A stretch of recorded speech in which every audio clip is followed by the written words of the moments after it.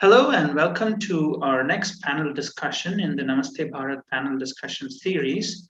We are very pleased to have Dr. Ghee Bowman with us. Dr. Bowman is a British historian who has written a book on a most interesting topic. It is on the Indian soldiers who played a part in the evacuation at Dunkirk. And the Battle of Dunkirk, as we know, was one of the most important battles in the Second World War. And this is really a missing chapter in world history, really that Dr.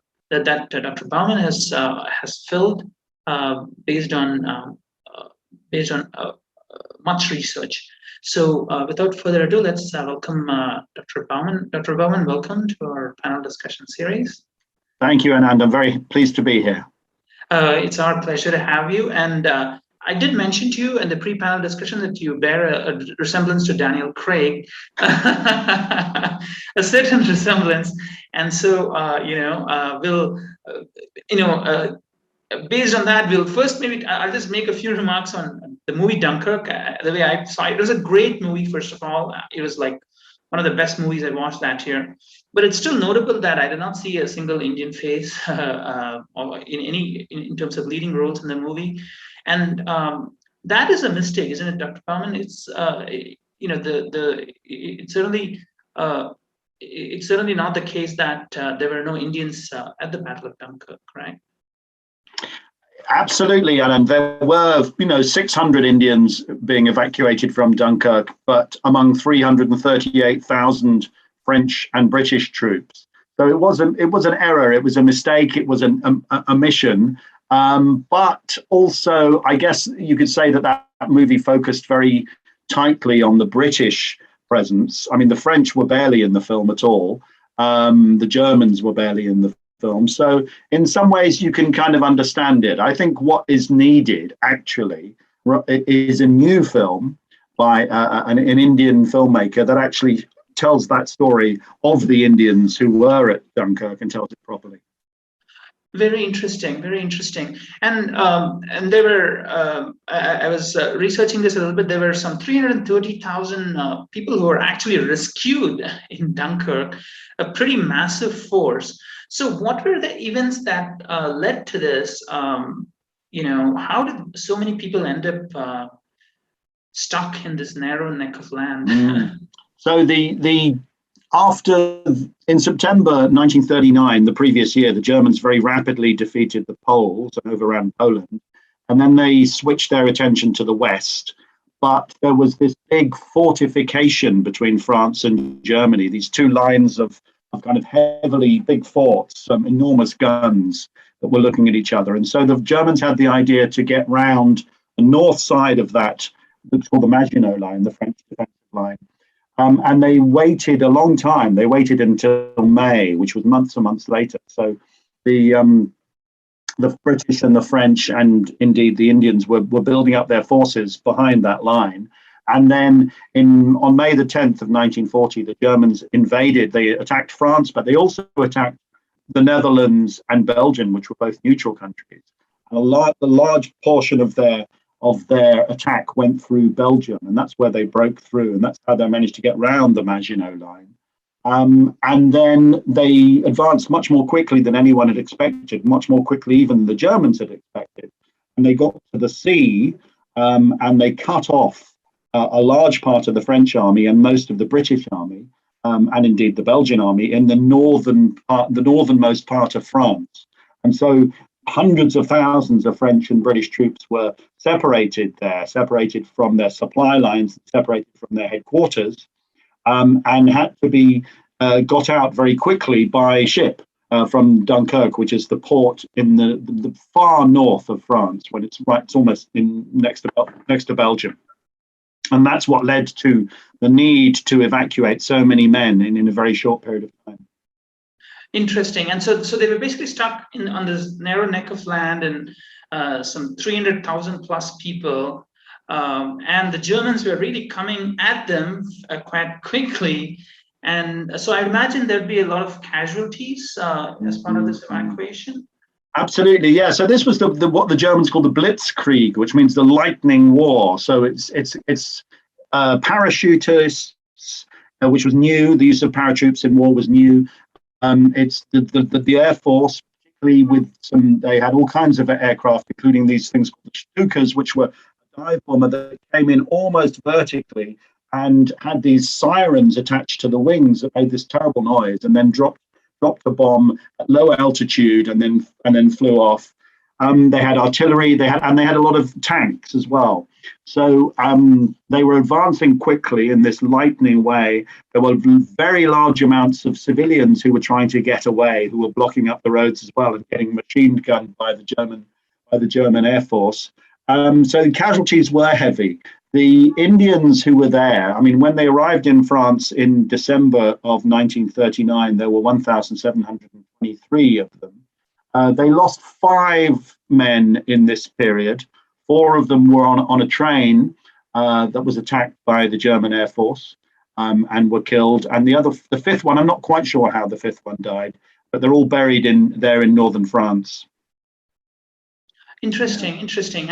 And so a fairly a war with a lot of casualties. The battle with a lot of casualties, and of course, the casualties were spread among both the British and the French, I'd imagine.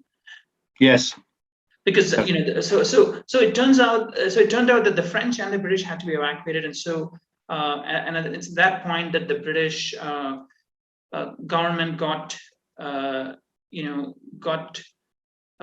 involved in these various operations related to the evacuation. So tell me, what was the Indian National Congress reaction to the whole World War II, the events of World War II, where they, there was surely, a sense that the World War against the war against the Germans was a war worth fighting on the one hand, because the Germans were fascists. At the same time, there was a certain reluctance because, the Indians were, after all, under the thumb of the British. And so what was the reaction of the Indian National Congress leaders and the Indian leadership to all of this? It was very mixed. I mean, in September the 1st, 1939, when the war started, the Britain declared war and the Viceroy declared war, and there was no consultation process with anyone in Congress or in the Muslim League or any of the other political leaders or the princes in India. It was just imposed that they had to join in the war, whereas the leaders, the countries which were the white dominions, so Australia, New Zealand, South Africa, Canada, they were given a choice, but India was seen as part of the empire, therefore had no choice. And as you say, I mean, Nehru and Gandhi were, anti-fascists for sure. They were not in favor of the Nazi regime and the Nazi approach. But equally, they wanted to have independence. And so they tried to negotiate with the British, and that negotiation process continued throughout the war. And in 1942, a lot of the Congress leaders were put in jail after the Quit India movement. But there was also Subhas Chandra Bose, who had been the chair of the president, of Congress before the war. He decided that that Congress was not going far enough, and that actually, rather than doing this process of not supporting and not opposing the war, actually the right approach would be to fight against the British in a military way. And so he escaped from his arrest in Calcutta. He went to Kabul. He went to Moscow, and eventually he got to Berlin. And he started to recruit Indian prisoners of war, including some of these guys who had been in France. He started to recruit Indian prisoners of war to join the German army with some success. So before he set up the Indian National Army in Japan, in the East, which is much better known, he'd also done a similar process in Europe. Interesting. So on the one hand, Nehru and Gandhi were sort of mixed in their support, but Subhash Chandra Bose was fairly proactive. He went all the way to Germany and tried to recruit these prisoners of war. And you did show us in the pre-panel discussion some of your slides from of these Indian soldiers in France. Maybe you could show us what the scene looked like at the time. It would be quite interesting too for absolutely. So let me show you. I mean, this is. Let me show you this slide here. So this is. Oh, hang on. That's the Indian Army in general. Sorry about that. So these are the guys that I've been writing about. So they were called Force K6, and they were known as the first in the field. And in this photo, you can see them as they were in Marseille when they arrived in the south of France in December of 1939. Looking up at the camera. They're all Punjabi Muslims, so they have the distinctive pugri of the Punjabi Muslim, which is with the kulla cap inside, and then the pugri, the lungi wound around that. And you can see the soldier in the front left, who's got the 3 stripes on his arm. He's a sergeant, so he has his kulla is up in a crest on top, like a kind of like a peacock. And there were 4 companies of them, and each company, and they were mule drivers. That's why they were in France, because they were there as mule transport companies for the British Army. And I'll just show you. This is one of them. This guy is a farrier, so he is putting the shoes on the mule. And each company was 315 men, and included in the company were 9 farriers. So that's just. It gives an indication of how important it was looking after the mules, and they also had some horses, and how important it was to keep those mules healthy and well shod and looked after. So there were also, within each company, there were 4 men who were from the Indian Army Veterinary Corps, whose job was to, as vets really. 2 of them were jamadars, 2 of them were troopers, looking after the animals. And equally, every company had a Maulvi. Every company had a Muslim prayer leader who would look after the spiritual needs of the men. It was a little bit like taking a village of 315 men from Punjab and transplanting it into France, with all of the, you had the cooks, you had the water carriers, you had the washermen, you had everything you needed. There were no children and no women, obviously, but apart from that, it was like this self-contained village from Punjab going to France. Interesting. And I'll just show you this. And so these people were all from what would now be Pakistan, or were some of them from India as well? Yeah, almost entirely from the northern part of Punjab, around Rawalpindi, Jhelum, places like that. Some of them were from parts which are now in India, yes, but almost all were from the Potwar Plateau. And this photo here, it shows you a little bit about them relaxing. So this is just a few days before the Germans attacked.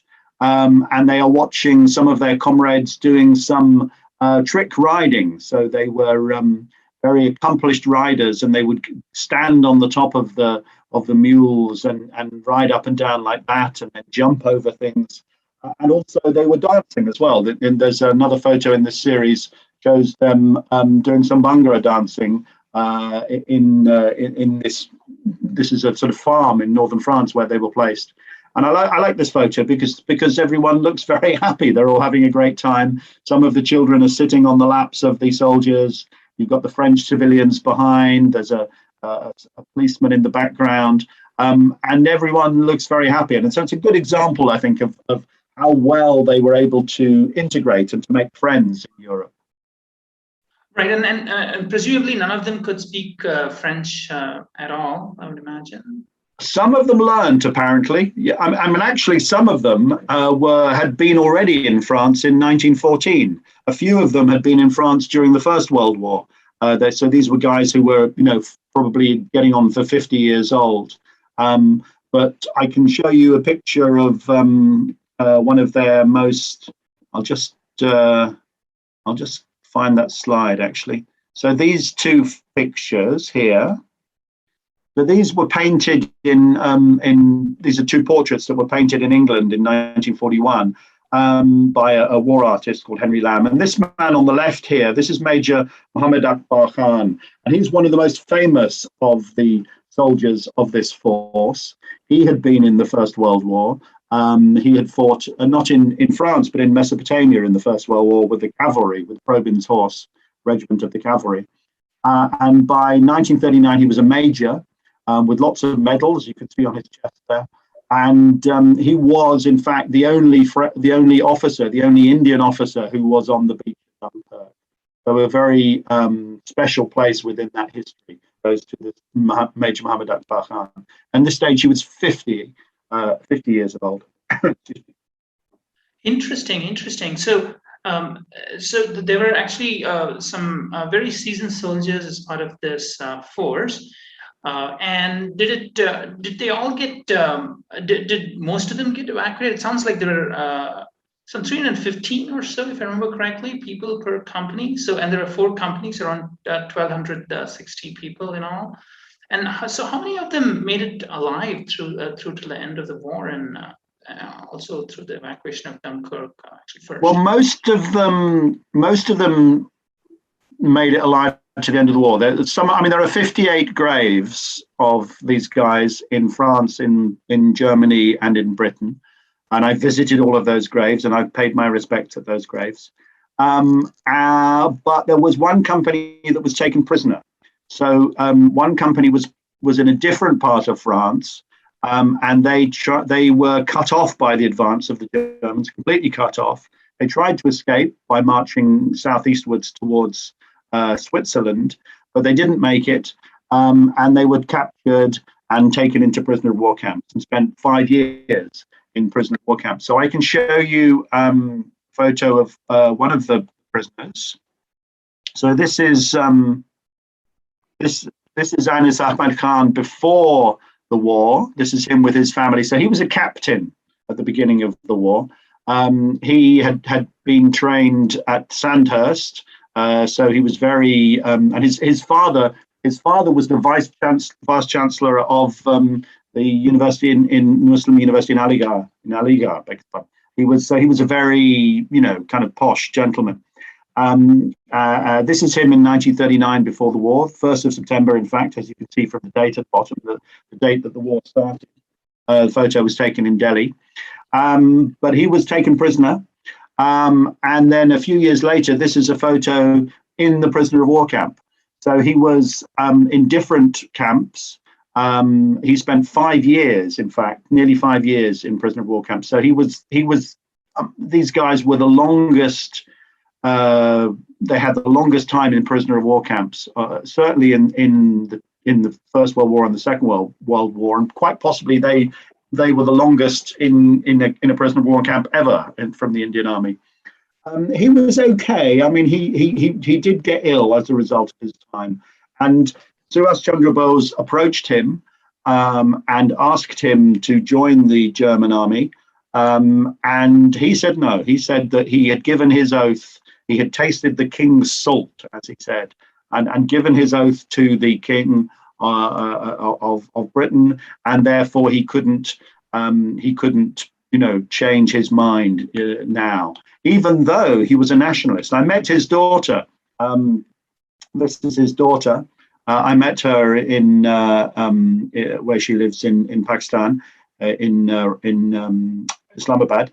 And she said that her father had said, I'm a nationalist, and I want to see the end of British rule, but I can't do this thing of actually, going against the king. I will stay loyal to the king, even though it's really against the right thing for my country.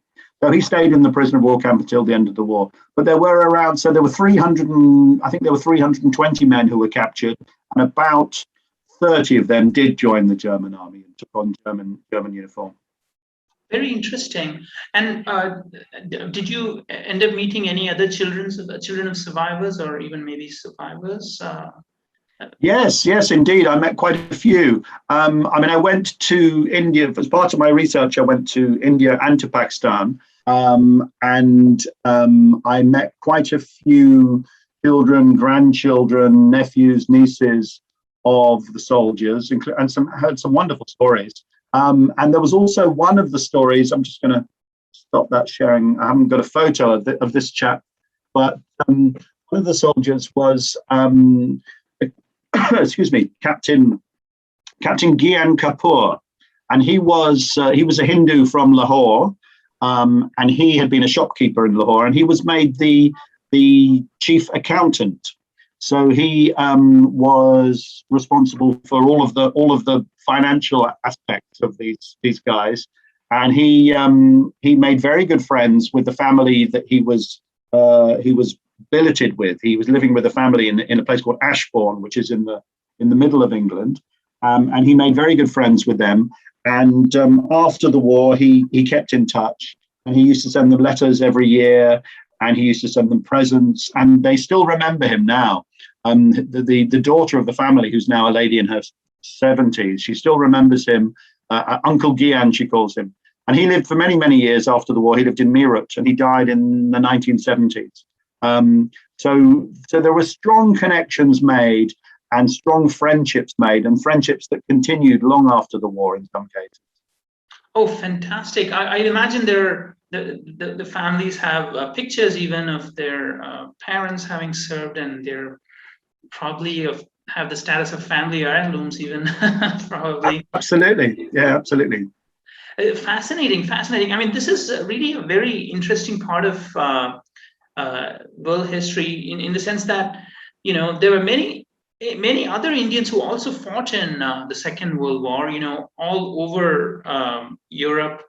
And there was also, certain parts of the Pacific theater that the Indian soldiers participated in. And that story is not something that we tend to hear about a whole lot. And so this, I think, comes to fill a very fills an important gap, really, in our understanding of the history of the Second World War. Maybe I'll just ask you a couple more questions before I wind up this panel discussion series. What did you think of the movie Dunkirk? Was it something that was something that you enjoyed watching, or was it something that you felt had some notable deficiencies? I thought it was a good film. I thought it was very well made. It was very exciting. It was gripping. It kind of gave a strong impression of what it was like to be on the beach from a British point of view, and also the three stories that he tells in there, which is the story of the infantry, and then the story of the Air Force fire pilot, and then the small boat going back and forth. That was well done. I think although he did miss out the Indian contribution, I think it's more of an omission is the fact that he didn't really say anything about the French contribution, and that I think is the bigger mistake, because actually the French were holding the rear guard, and the majority of the rear guard was taken, and the French were taken off the beaches after the British. So I think that is really the more of an injustice that Christopher Nolan, the film director, made in that film. I've been in touch with the historical advisor on the film, and he kind of he acknowledges that he knew that there were Indian soldiers there, but they chose not to show them because it was a small part of a very large force, and I think that's true. I guess the thing is that when you make a big film like that, or when a film becomes successful like that, then it takes on the status of having a controlling influence on how people perceive that bit of history. So, I think for many, many years now, when the people think of Dunkirk, they will visualize it through the eyes of Christopher Nolan and that film. And I think that is maybe why it's, and maybe Christopher Nolan wasn't kind of expecting that, but I think that's the truth of how history works. If you have a film that becomes successful, then people see history through that film. Absolutely, absolutely. And maybe what people should do is, watch the movie and then get a copy of your book. So which brings us to my last question. Where can one buy your book? Is it available for purchase? It is available, yes. You can buy, I mean, that's the British edition, but this is the Indian edition that just came out a few days ago, and published by Macmillan, and you can buy it from Macmillan's website or lots of other ways. Oh, wonderful. Well, thank you for that. Thank you for that interview, Dr. Bowman, and it was an absolute pleasure having you on our show. My pleasure. Nice to meet you. Nice to talk to you, Anand. Very nice to have you here. And I think Mahesh joins me in thanking you as well for you to be part of our panel discussion series. So shukriya. As I understand, you've learned some Urdu, so shukriya for that. Shukriya. Shukriya.